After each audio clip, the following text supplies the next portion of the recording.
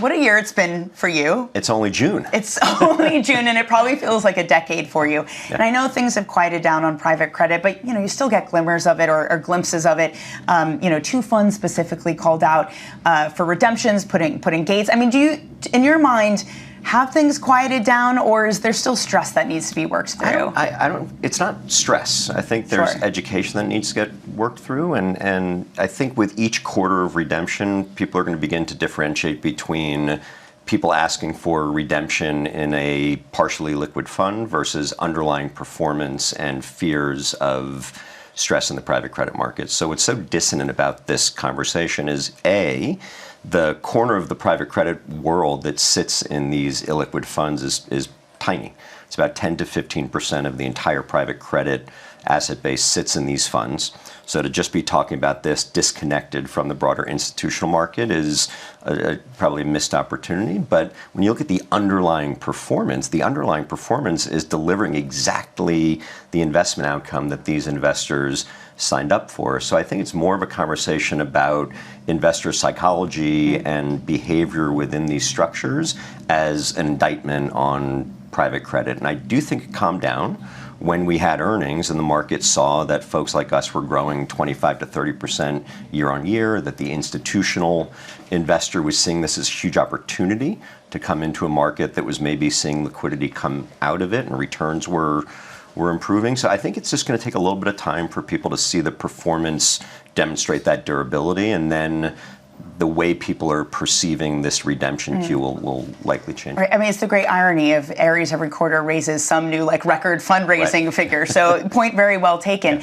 Yeah. The news this morning, though, and I, of course, would never ask you to comment directly on a competitor of Partners Group, is interesting because it is an evergreen fund, because it does have equity in it. And there is a real conversation happening right now of, are marks honest? And is this a system that's really gummed up because marks aren't honest? Do you think that there is a private equity problem specifically that needs to be discussed? I don't think there's a private equity valuation problem. Valuations have been coming down to reflect the current reality. And one of the, again, disconnects, the private equity deals that are getting done at multiples that are consistent with where people are holding their. But isn't it just the good stuff being sold right now? I don't think so. I think it's more than that. It's about sector, how aged is it, where's somebody in their fund life, where are they in their business plan. So again, I think we all try to simplify a lot of really complicated things into headlines and sound bites, and I don't know if it's that easy.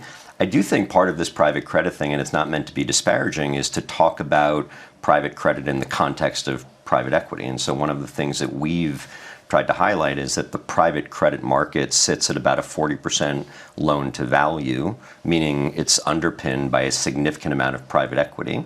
And so if you want to talk about stress in private credit, you have to talk about stress in private equity. And that may be a little bit of the headline today, but I actually don't think so. I think what's happening is the folks that own these funds are looking at it and saying, even if I'm generating the return that I wanted, I might as well just go get my money back because life's too short. And I don't know if that's healthy or not, but I think it's more about just investor psychology than an understanding of what the real risk and return is there. It's just on my mind because not only the Partners Group, but I had a banking executive say to me the other week that private equity is broken because they're all sitting on these aging assets and unable to sell them. I mean, is that not a problem? Obviously, it impacts debt markets too, with new deals flowing through specifically from sponsors. It's not broken. It's going through a transition. And one way to think about this is you had a 10-plus year run-up in growth in private markets broadly, not just in corporate, but in real assets. It was reflective of structural changes in the capital markets, but it was also reflective of a zero interest rate environment.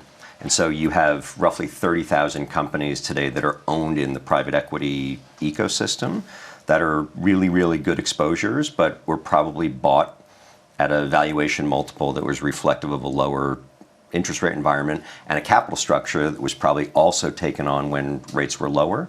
So the system needs to kind of unclog, and that's happening. It doesn't necessarily have to happen by the IPO window opening up or sales. A lot of what we're doing now is we're using secondary solutions, opportunistic credit, private credit refinancings to kind of chip away at that disconnect between the capital structures that exist from the old rate environment to the ones that are new. And the pipelines are picking up. And we talked about this on our first quarter earnings call, that we are beginning to see, just because of the weight of money and the passage of time and the strength in earnings, that transaction environment's actually improving. One of the deal types that is by far getting done, both at Ares, on credit side, your private equity peers too, is anything having to do with AI data centers. But there's so much debt being put out there around this. And it's not just that, it's on the equity side too, whether it be IPOs, whether it be equity offerings from Alphabet and the like.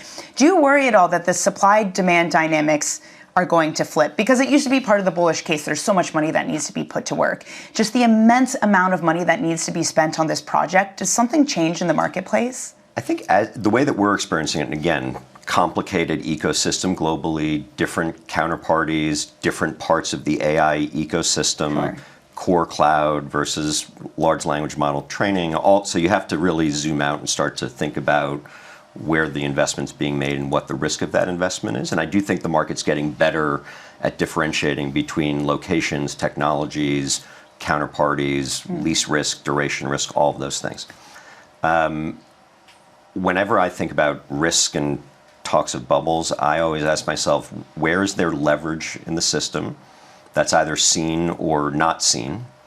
And what is the risk of that leverage unwinding because of some mismatch? Because that's generally when the markets can actually digest the stress. What's fascinating about this CapEx cycle is it's largely being driven by equity capital that's coming from large, high-grade, hyperscale counterparties that are pushing this technology forward.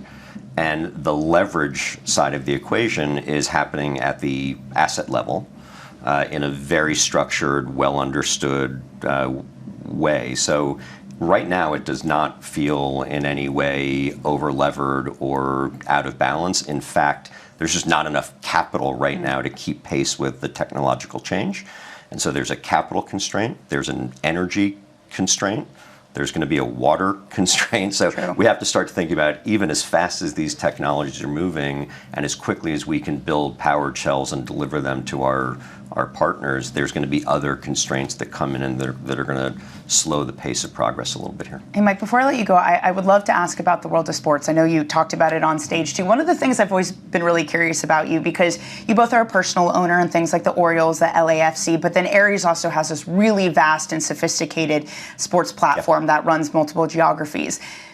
What difference does that make for you when you're sitting in on an investment committee, being both a personal owner and the Ares platform? Is it hard to kind of separate the fan from the fiduciary ever? No, I actually think the intersection of our personal investments and professional opportunity, I think, actually helps us make sounder investments. Because what's so exciting about sports now, aside from just all the capital innovation, is you have startup leagues that need to mature to start to look like some of the more entrenched leagues, and we have a lot of understanding of what that takes.